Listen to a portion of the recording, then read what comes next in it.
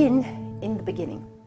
We live on Earth, and as you all probably know, it is the third planet in a solar system on the outer edges of a spiral galaxy in a universe that began billions of years ago.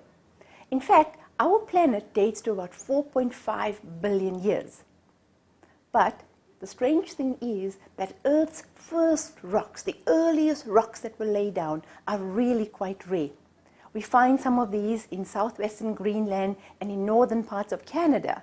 And these tend to date around 3.9, 3.8. There's some suggestions that there might be some 4 billion year old rocks. In South Africa, the oldest rocks we have come from the northern part of the country in an area called Barberton. These date to about 3.5. And in fact, these are really special because they preserve traces of the earliest life forms on Earth. Now, some of you might know that the preserved remains or traces of organisms are called fossils.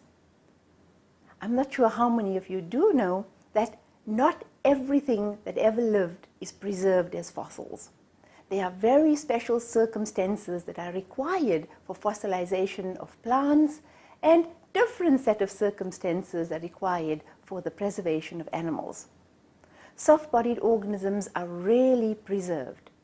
That's why much of the fossil record is made up of hard parts of animals, their shells, their skeletons, and their teeth.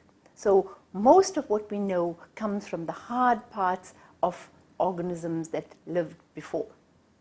Despite the gaps in the fossil record, we have an incredible fossil record where we can track how life progressed over time. We know that it began 3.8 billion years. And from this fossil record, we are able to understand when different life forms evolved. We can see how they diversified and also when they became extinct.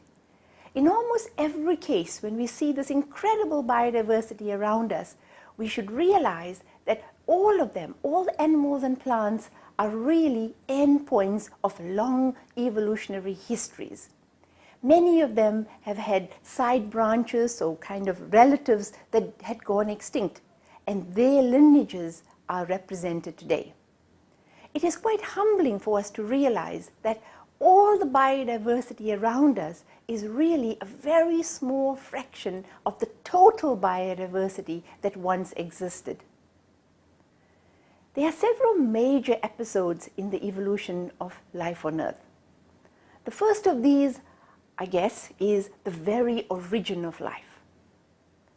The development of multicellular organisms is another one. We see this happening at about 2.1 billion years. The next big step in the evolution of life on Earth is this major diversification that happened in the Cambrian about 542 million years ago. Thereafter, we see the movement onto land as very significant. First, plants make this move about 473 million years ago, and then animals move onto land about 380 million years ago. The very, very important step in the evolution of vertebrates is the development of reptiles. And they become the amniotes, which later we'll see give rise to the mammals as well as to birds. And this happens about 350 million years ago. So the actual origin of life is probably one of life's biggest mysteries. It is possible that life may have formed originally within the oceans, but there's also another hypothesis that suggests that life may have come in from outer space.